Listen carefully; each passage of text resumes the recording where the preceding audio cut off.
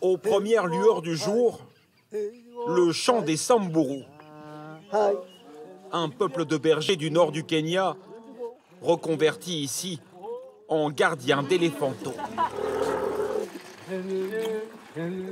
C'est l'heure du biberon, un rituel particulièrement exigeant. On les nourrit toutes les 3 heures, 4 fois durant la nuit et 4 fois durant la journée. Nous sommes un peu leur maman. On les aime, je ne peux même pas vous dire à quel point. Nous les aimons tellement. Une relation forte. Alors qu'autrefois les Samburu chassaient et tuaient les éléphants, ils ont désormais choisi de les aider et de prendre soin des plus faibles. Ce sanctuaire a ouvert en 2016, il accueille des éléphantaux orphelins venus de toute la région. Il est entièrement géré par la communauté locale. Plusieurs fois par jour, les plus petits sont emmenés à quelques centaines de mètres du camp afin qu'ils puissent se nourrir par eux-mêmes et apprennent à vivre dans la nature. Un nouveau métier pour Thomas, qui n'est finalement pas si différent de son ancien travail de berger. Je me sens heureux de travailler avec eux. C'est quelque chose de naturel pour moi, car dans notre communauté, on garde des troupeaux, des chameaux ou des chèvres, et on s'occupe d'eux finalement de la même façon. À la différence près que ces éléphants sont des rescapés. Chacun d'entre eux a une histoire douloureuse. Certains ont eu leur mère tuée, certains sont tombés dans un puits, d'autres ont été abandonnés par leur mère, affaiblis par la sécheresse. Car la région est particulièrement aride.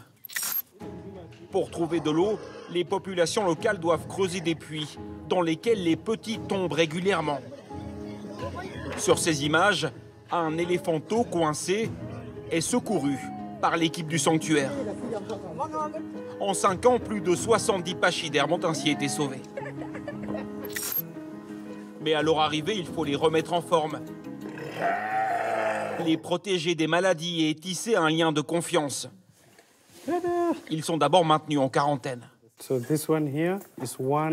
Celui-ci a 1 semaine. Il est tombé dans un puits. Leur chance de survie, c'est du 50-50, car ils sont tout petits. Et celui-ci était vraiment très déshydraté quand nous l'avons recueilli. D'autres, plus âgés, demeurent farouches.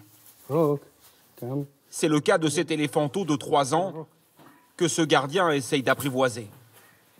Nous essayons de le calmer car il est traumatisé. Il est resté longtemps dans un puits et maintenant nous essayons de l'habituer à notre présence, mais aussi à prendre le biberon. Pour s'occuper de ce cheptel un peu particulier, il y a près de 70 gardes et soignants jour et nuit à leur chevet. Parmi eux, plusieurs femmes, recrutées parmi les communautés locales. Dorothy est l'une des soignantes de la première heure.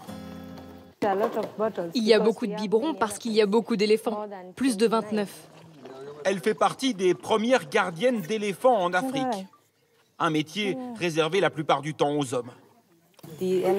Peut-être qu'ils pensaient ce sont des animaux très dangereux, des éléphants, et les femmes ne pourront pas s'en occuper.